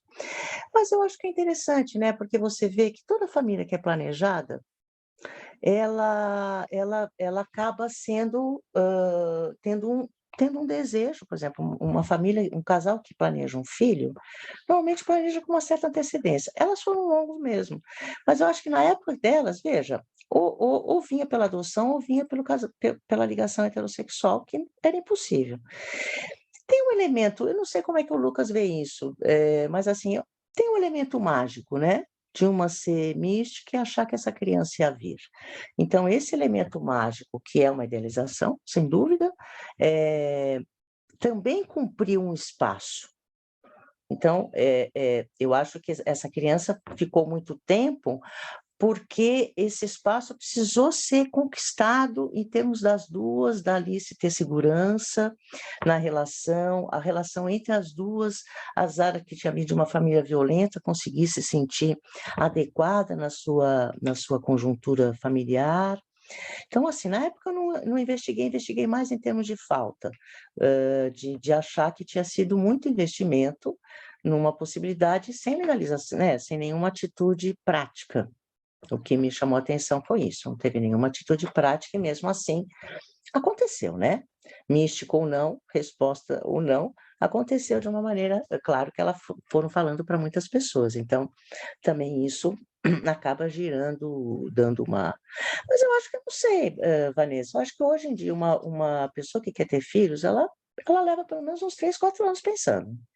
Eu conheço gente que já levou 6, 7 anos pensando como vai fazer, como adequar, como vai comprar coisa, como vai ter isso, porque é um investimento, né? Hoje um filho é um apartamento de 2 quartos, né? Se você for pensar, a médio prazo é um baita de um investimento de afeto, de espaço, de tempo. Eu não sei como seria esse relacionamento delas sem ele. O que eu sei é que elas permanecem juntas até hoje, isso eu sei. Não sei se ele vive mais com elas, isso eu não tenho, eu acho que ele foi estudar no exterior, e elas continuam muito bem lá no grupo de danças, assim, sempre quando eu tenho notícias delas, às vezes elas me mandam algumas fotos, elas estão sempre no meio de um grupo, elas juntas viajando, elas, sabe? Então, eu acho que agora ficou uma conjugalidade mais com o crescimento do filho, provavelmente com o fato dele ir embora e tal, acho que ficou uma conjugalidade mais firmada, né? Nesse envelhecimento, né? Porque agora elas já estão na idade dos 60, quase 70, por aí, né? 60 e poucos. Respondi? Ok. Muito bom, muito obrigada. Mas tem coisa que na hora a gente não vê, né? Tem coisa que na hora a gente não vê, a gente vai ver depois. Depois que passa, eu fui ler o capítulo, falei, gente, como tem coisa que passa, né? E como tem coisa que a gente muda, né? Hoje o meu olhar, por conta de todo o feminismo, as coisas que eu tenho estudado e tudo, tem se ampliado muito para as questões mais de contexto, sabe? De historicidade, colonialismo, né? Feminismo, essas coisas. Vamos lá. Próxima pergunta agora do Rafael Romão. Cadê o Rafael? Boa noite, gente. Vocês me ouvem? Uhum. Bom, gente, é tanta coisa, né? Eu tinha apertado o botão aqui faz um tempo, aí foram falando, daí surgindo outras coisas, eu já nem lembro qual era a pergunta inicial. Vou fazer um comentário. Primeiro, só em relação à pergunta do colega ali que falou de Lacan, né? Quer dizer, concordo, Lacan é muito ruim para isso mesmo, né? E falo como um lacaniano.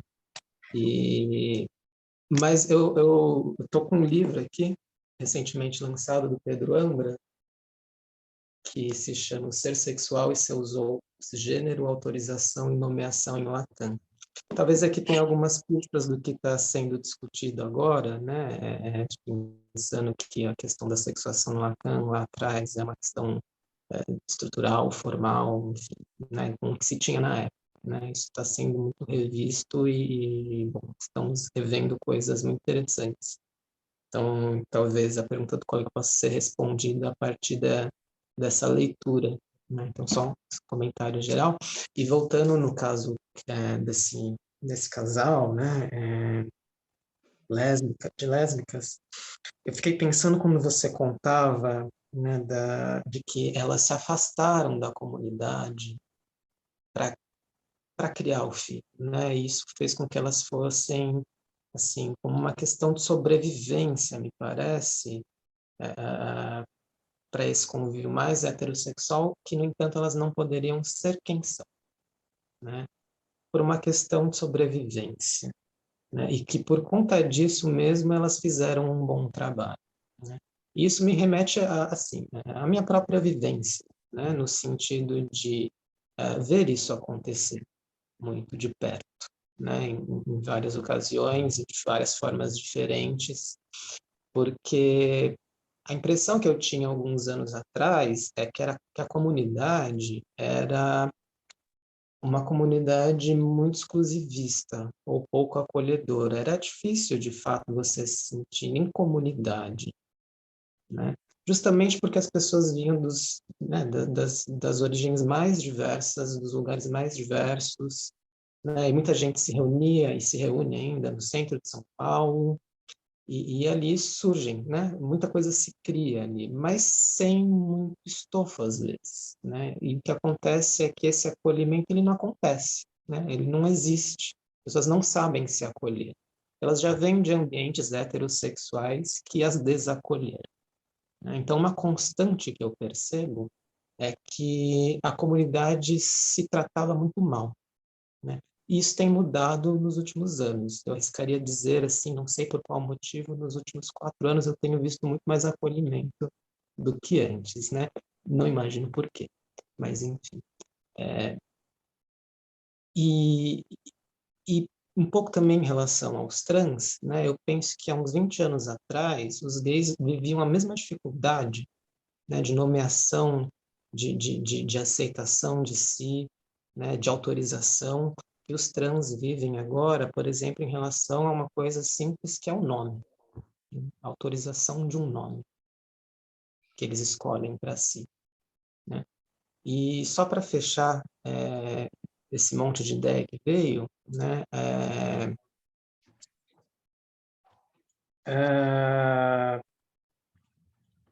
me perdi, desculpe. Mas tem a ver com o casal, de novo, né? Voltando para elas aí, o quanto que, né, pela questão de sobrevivência, elas precisaram voltar a um ambiente acolhedor e o quanto, hoje em dia, né, as pessoas estão aprendendo a se acolher, né? E muito da tensão que se faz do movimento com a psicanálise tem a ver com isso. Bom, a psicanálise não me escuta, então eu vou tensioná-la. Se mesmo assim ela continuar não me escutando, então eu vou me apropriar dela, né? E eu vou cuidar dos meus. Eu vou transformar essa psicanálise e eles que fiquem para lá. Continuando com a historinha, com o Édipo deles, deixa eles lá no canto deles e a gente cria o nosso, né? E isso começou a mobilizar a psicanálise como um todo, ao meu ver, né, nos últimos anos. Porque se percebeu, né, que a psicanálise estava, né, se separando de algo, né, que o gênero veio e fez um corte. E, bom, se querem continuar uma só psicanálise, isso vai precisar ser escutado, isso vai precisar ser trabalhado em conjunto, né? E é um processo que está aí, está acontecendo e vai continuar acontecendo e ninguém pode fazer nada para impedir, a não ser que a gente tenha aqui, né, mais um golpe, mais um estado de exceção e que outras coisas aconteçam e tudo piore, mas esperamos que não. Você quer falar alguma coisa, Lucas? É interessante isso que você me traz, porque o gueto, né? O gueto sempre foi protetivo.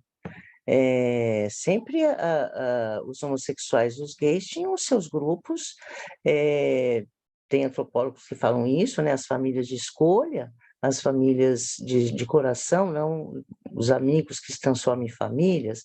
Então, o gueto sempre foi um grupo de iguais, né? Onde os homossexuais podiam estar à vontade, dançar, brincar, enfim. Eu acho que é restritivo mesmo elas terem se afastado da vida homossexual. Eu entendo, porque é muito diferente. Às vezes eu penso que a vida se divide muito entre quem tem filhos e quem não tem filhos. É uma vida muito diferente quem não tem filhos. Quem tem filhos é absolutamente diferente. O cotidiano, né? A sucessão de dias é diferente, o planejamento de vida é diferente, a disponibilidade que você tem é diferente. Então, eu acho que elas fizeram um pacto. Veja, também naquela época, isso a gente já está falando, estamos falando dos anos de agora, né? A gente está falando dos anos lá atrás. Então, elas escolheram um colégio muito especial para o menino, e viver em volta deste colégio e da comunidade que esse colégio criava, que era uma comunidade que era aberta para vários tipos de pessoas, né? Uma comunidade que não tinha como, enfim, não era preconceituosa. Tanto que elas receberam apoio pedagógico para qualquer bullying que ele pudesse vir a sofrer e tudo. Elas foram, foi planejamento mesmo. Esse filho foi uma aventura planejada, né? Então, não sei, acho interessante você me falar isso do gueto agora não ser acolhedor. Não sei, porque os grupos militantes, claro que tem problemas, sempre tem, mas existe um certo acolhimento, né? Existe uma certa compreensão das pessoas que são expulsas, que não tem para onde vir, enfim, que não tem laços, não tem rede, né? Mas é uma informação nova, Rafael, eu não tinha essa informação, não. Vou pensar sobre ela. E você já fez outra pessoa pensar, que a Júlia Araújo já falou, Rafael, você me colocou para pensar. Então, muito obrigada pela sua contribuição e pelas suas palavras.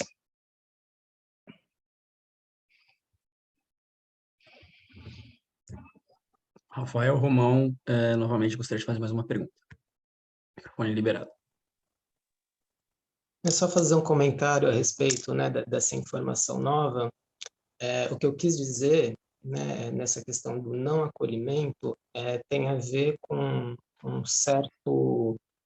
Tem a ver também com o aumento, né, com a exposição, com a visibilidade, né? Talvez, na época delas, o gueto que havia fosse mais acolhedor. No entanto, era mais restrito, né? O que a gente tem mais recentemente, pensando em todo esse planejamento que elas fizeram também, né, de estruturar toda uma vida para receber esse filho, o que eu tenho em mente é que nos últimos anos a quantidade, né, de gente saindo do armário e entrando em conflito com família e um recorte assim de classe social também muito forte aparecendo a partir disso, né? Nem todo mundo teria condições disso, né? Eu acredito que muita gente teve, ainda tem, mas a grande maioria dessa minoria ou dessa população minorizada não tem, né? Então, assim, é uma guerra ainda. Até hoje é uma luta constante para conseguir acesso a coisas mínimas, né? Então, é mais uma questão assim de feridas mesmo, emocionais que chegam ali, cada um vem do seu ambiente conflituoso e cria novos conflitos ali por não saber como se acolherem, né? Por não terem essa experiência. E isso eu vi, assim, é algo ainda a ser pesquisado, eu penso, não sei se alguém já faz alguma pesquisa desse tipo, mas é algo que eu vejo, né, no meu dia a dia, na minha experiência mesmo. Então, assim, é um dado novo, mas eu acho que vai aparecer mais ainda. Acredito que talvez já estejam pesquisando, não sei. Mas existe muito sofrimento, eu acho que existe mais sofrimentos do que qualquer outra coisa, né? Você sente isso nas clínicas, você também tem uma clínica com bastante LGBT, e é um sofrimento, como é que eu conto com a minha mãe, como é que eu conto com o pai, aí vira vida dupla, aí não dá para ser vida dupla, é um inferno, né? Dependendo da profissão que você tem, é impossível você falar da sua sexualidade, né? Então, assim, eu acho que as sanções são muito fortes, isso causa mesmo repressão, isso causa a automofobia, a pessoa não queria ser assim, a pessoa fala, eu não tenho culpa de ser assim, eu não queria ser assim, né? E aí você fala que a sexualidade é uma construção, isso soa como quase uma ofensa, como é uma construção? Eu não queria ser assim, como é que eu sou assim, né? Então, é um tema complexo, muito difícil. E quando eu escolhi no pós-doutorado esse tema de falar sobre as amorosidades, falar sobre as coisas bacanas que aconteceram na vida de pessoas trans e travestis, foi nesse sentido. Já tem muita violência, já tem muita discriminação, já tem, eles são renegados à prostituição. Agora a gente está vendo trans e travestis como professores universitários, mestrandos, doutorandos. Onde eu estudo na Unicamp tem muitos trans e tem muitos travestis e tem indígenas, é uma universidade muito aberta, que tem cotas, e eu acho que tem que ter cotas para trans e travestis de empregabilidade, como tem para deficiente, tem que ter para eles e elas, porque senão a gente não consegue ver uma trans como secretária nesse país, né? Que é uma função mínima. Então, acho que é isso, acho que é complicado mesmo, não é um assunto fácil, por isso que eu acho que tem que vir os bons exemplos de saúde, de coisas bacanas, para que as pessoas também possam tirar um pouco essa coisa de violência, de estigma e de esquisitice, né? É queer porque já é esquisito, né? A mudança do nome queer é para valorizar o esquisito, né? Como antigamente era o gay. O gay também era pejorativo, no fim foi transformado pelo movimento numa palavra proativa, né? Então, mas não é fácil, como, olha, tem famílias interraciais também que sofrem muito, assim, a nossa sociedade. Não sei por que elegeu isso aí, né? Porque não existe isso, né? Esse homem, essa mulher, esses filhos que eles falam que existem nessa família, eu não conheci, não. Esse modelo aí, eu não fui apresentada até hoje, sabe? Quem sabe até o fim da minha vida eu serei, mas acho difícil.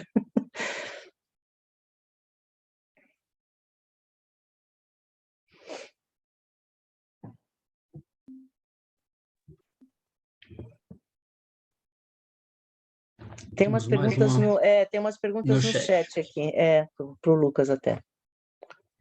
Como ele escuta dos analisandos dele a questão do respeito, preconceito em relação aos trans?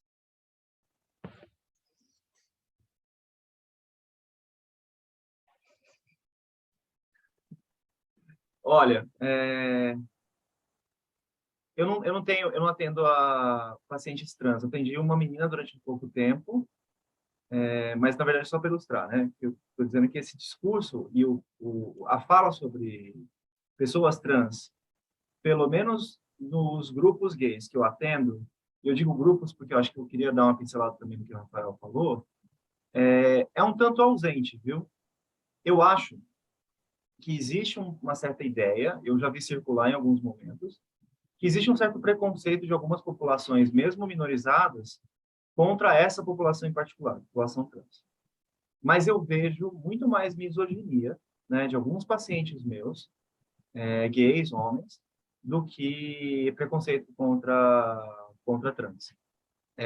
Então, assim, voltando a essa questão que o Rafael colocou, que eu achei muito bom, eu queria dar, tipo, muito mais como quase como uma comunicação fática aqui, que eu acho que falta um pedacinho do discurso, que eu acho que talvez amarre muito bem o que a gente está falando aqui hoje, que é, independente da nossa orientação sexo-gênero, vamos dizer assim, se formos cis ou trans, a gente está sujeito a uma coisa muito degradante da sociabilidade e da experiência criativa, né, na sociabilidade, nos laços interpessoais, que é uma coisa chamada neoliberalismo, né? Não sei se todo mundo aqui concorda, né, se existe uma reflexão sobre isso. Na psicanálise eu sei que isso já entrou em algumas vias, mas só que eu não quero jogar nenhuma grande hipótese, mas eu vejo que populações que tendem a se afirmar pela via do consumo, e eu não digo consumo só do que é ofertado, por exemplo, em termos de pink money, né, que todo mundo conhece mais ou menos, não sei se você já ouviu falar desse termo, mas é uma certa direcionamento do capital consumista para populações minorizadas, como acesso, né, à norma, ou acesso à visibilidade, ou inclusão via consumo, né, que não é só de bens consumíveis, mas também de pessoas, assim, que está pegando particularmente uma certa população gay de algumas capitais, ou mesmo de algumas cidades que são razoavelmente mais que existem espaços de sociabilização e frequentação, vamos dizer assim. Então, quando eu escuto sobre preconceito, eu escuto um preconceito muito atravessado por essa questão do que é consumir, né? De que tipo de pessoas são consumíveis e que tipo de pessoas são descartáveis. O Rafael mencionou, né, a questão racial e tal, e tem uma coisa que sempre me assusta muito, né, na sociabilidade gay contemporânea, né, que é a ideia do cafuçu, por exemplo. Só para ilustrar, né, eu queria até que o Rafael comentasse um pouco mais disso, porque talvez tenha ideias mais interessantes sobre isso do que eu. Mas que existe uma minoria racializada que é incluída, né, no mundo gay, o chamado gay padrão, né, que são os gays brancos, bem-sucedidos, geralmente muito malhados e tal, que frequentam algumas baladas que se chama de circuit, né, que são automaticamente incluídos e descartados, né, porque são negros, porque são pobres, mas são atraentes, mas atraentes no sentido fetichizado, né. Então, tem problemas muito intrínsecos que eu não acho que é uma questão do masculino, né, vamos dizer assim, não é uma marca do que é o masculino, é uma marca de um certo recrutamento de uma população pela via do neoliberalismo, né, pela via da inclusão via consumo. Isso eu acho muito perigoso, e eu vejo que está pegando populações masculinas, né, tipo minorias masculinas sexualizadas, né, gays, do que a população lésbica acontece. Eu acho que isso é bastante preocupante. Terminar esse encontro com uma nota sinistra, né? Rafael, eu te convoco aí a comentar. O que você acha disso?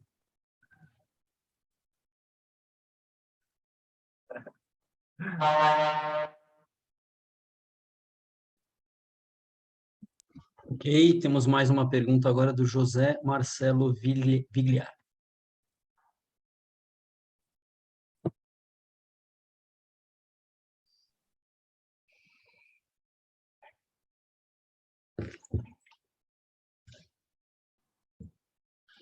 Acho que agora boa noite a todos. Obrigado, Lucas. Obrigado, Dea, pela exposição, pelas reflexões. E, na verdade, só para falar uma coisa para você, Lucas, tem um podcast chamado Vibes em Análise, e tem um episódio que fala muito do que você falou agora do neoliberalismo, do consumo, e esse episódio chama Compro, Logo Existo. É muito interessante isso que você falou. Eles tratam lá em 30 minutos, mas é bem interessante. Só quis fazer essa intervenção para indicar esse Vibes em Análise tem temas muito interessantes, bastante muito bem refletidos. Então, acho que vale a pena deixar essa dica para todos aqui. Muito obrado, boa noite. Eu gosto muito deles, eu escuto bastante, é do André, do Reflectory. Do André e do Lucas. Eu recomendo muito para todo mundo aqui. É um podcast profundamente crítico e muito interessante. Vale muito a pena. Obrigado, se a gente entra nessa do neoliberalismo, porque aí você vai cair até nos corpos abjetos, né? Nos corpos que estão nas periferias, nas marginais, né? É lindo, né? Para a gente é triste, mas assim, enquanto estudo, né? É um campo muito fértil para muitas conversas, né? Para muitos pensamentos, mas é muito amplo, né? Sem dúvida, eu acho que a descartabilidade, né? As relações fluídicas que são agora, né? Tudo isso são marcas que a gente está passando. É um mundo muito. Eu acho que estar vivo hoje é uma oportunidade impressionante. Assim, acho que nós somos testemunhas de mudanças de tempos muito importantes, tá?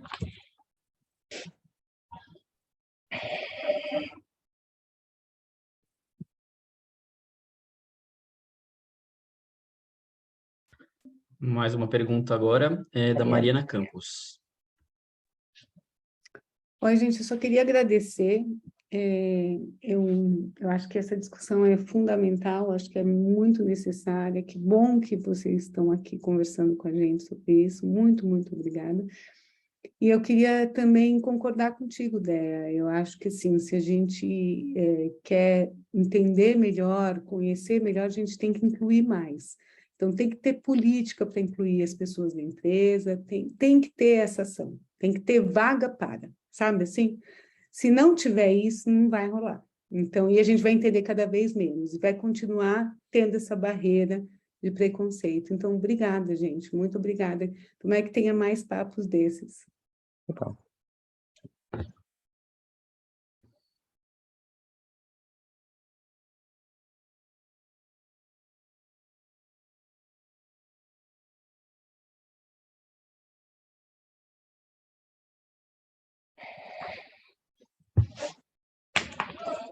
Então, gente,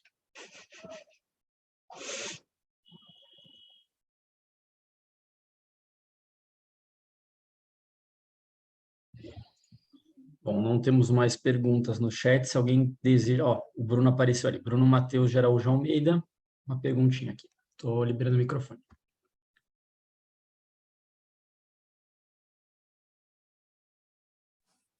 Oi, boa noite a todos. Eu queria saber dos convidados, assim, o que eles pensam sobre os motivadores, né, das pessoas LGBTs em exercer essa parentalidade, né? No caso que a Dea trouxe, ou até mesmo nos casos em geral, o que sempre me deixa em questionamento é quais são os motivadores, né? Porque eu também sinto que, apesar de serem novos arranjos familiares, né, a questão da homoparentalidade, eu penso que ela não se desconstrói totalmente, assim, né? E aí, eu falo isso, minha formação em serviço social, e eu tenho lido bastante sobre como até o próprio Estado, através de alguns profissionais, dos assistentes sociais nos seus relatos, recentemente saiu um livro sobre isso, tentam encaixar. Então, eles buscam uma persona ali como mãe, geralmente até em alguns relatos um pouco mais afeminada, ou mais carinhosa, afetiva, e o outro parceiro, muitas vezes relacionando ele ao que a gente socialmente constrói de masculino, provedor. Então, eu queria saber de vocês o que vocês pensam sobre essa questão, né? Que, ao mesmo tempo que a gente coloca como novos arranjos, de certa maneira, ficam presos a esses arranjos já familiares heteronormativos, né?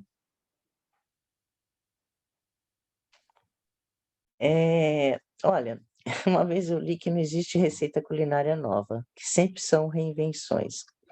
Então, você me traz, eu penso um pouco isso, né? O que faz as pessoas quererem ter filhos? Se você vai pensar assim, em termos estatísticos, não sei se isso é uma média muito oficial, mas a princípio, mais de 50% da população tem filhos sem querer ter. Os filhos acontecem, né?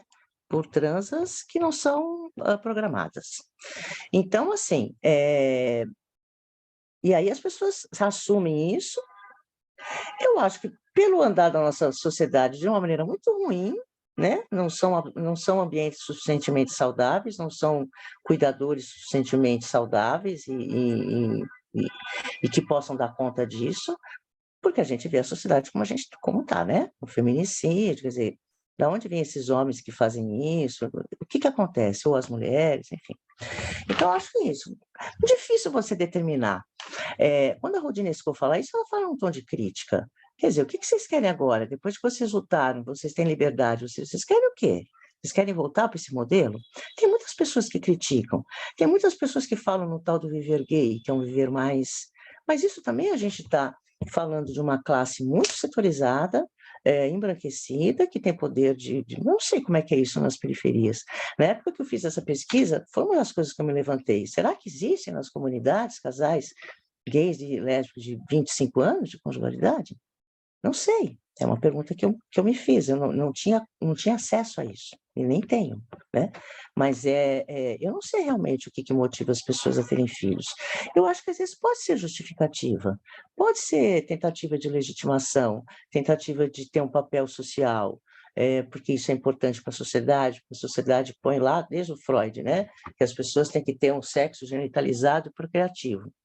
Isso vem de uma maneira muito forte, como o Lucas mesmo falou, isso tá enraizado na gente, está na nossa subjetivação, a gente vai sendo subjetivado com todo esse masculino tóxico, com todo esse feminino subjugado, a gente vai...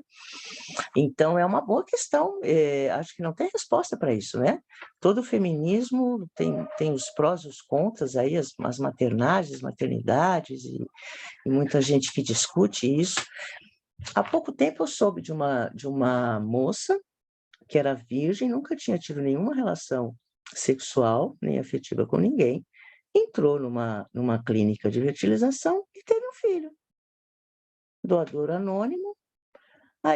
Aí me pergunto, que função vai ter esse filho? Se ela não teve relação com ninguém, nem afetiva, é uma mulher solitária, absolutamente solitária, né?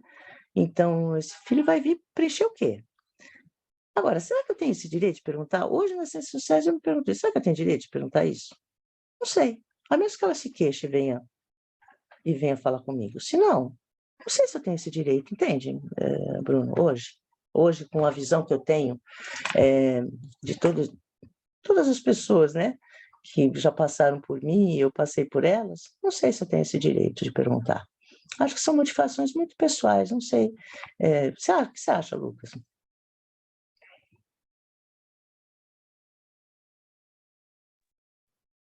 É um pouco aquilo que eu falei antes.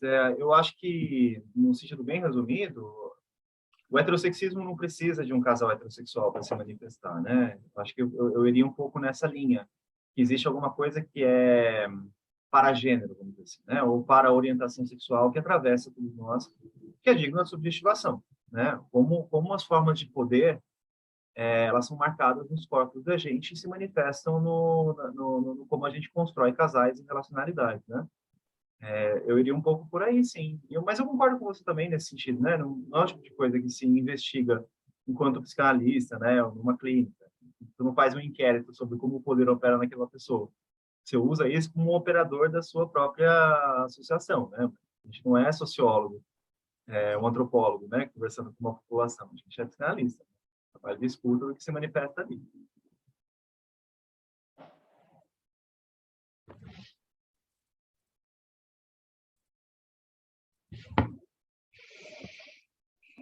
Ok, não temos mais perguntas no momento. Doutora Dea, doutor Lucas, vocês gostariam de fazer as considerações finais? Eu quero agradecer, foi uma delícia. Esse confinamento, eu fiquei confinada mesmo, né? Atendimento online, só voltei para o Unicamp na aula só com máscara. Então, assim, é um prazer estar aqui com vocês. Eu pus hoje nas redes, né? Voltando à cena. Muito obrigada pela escuta, pelo espaço. Acho que é um tema importante. Espero que vocês que sejam pedrinhas, né? Que a gente possa ter sido um pouco pedrinhas no lago e que esse lago vá tendo aí atingindo outras coisas, né? Dentro de vocês, de pensamentos, de reflexões na clínica, nas suas vidas pessoais e tal. Muito obrigada, quero agradecer imensamente o Lucas, foi muito generoso da sua parte, foi uma delícia. Só isso, estou à disposição para vocês. Eu também agradeço. Obrigado pelo CEF, pelo convite para integrar essa mesa. Foi um prazer para mim conversar sobre o trabalho da Dea. É uma trajetória que eu admiro muito e é uma parceira de todas as horas, né? Apesar de um pouco distante, é sempre bom quando a gente consegue trocar essa ideia. Eu também estou à disposição. Me encontrem lá no Instagram, acho que é o lugar onde eu estou mais interagindo hoje em dia. Eu posso até deixar aqui no chat. Deixar aqui o meu endereço. Se vocês quiserem seguir lá e comentar alguma coisa, tirar alguma dúvida, a gente segue a conversa por lá. Eu sou mais do Facebook. Eu gosto menos do... Facebook! Eu adoro o Facebook. Quem usa Facebook hoje em dia? Eu adoro o Facebook. Sou bem do Facebook. Eu vou no Insta muito pouquinho. Mas deixei meu e-mail, aí é mais fácil. Qualquer coisa que vocês precisarem. Muito obrigada. Obrigado a todo mundo, viu, gente? Fez o quê? Fez o quê? Só que agradece e deseja a todos uma boa noite. Ok, muito obrigada. Boa noite, obrigado. Tchau, pessoal. Obrigada, boa noite. Obrigada, boa noite.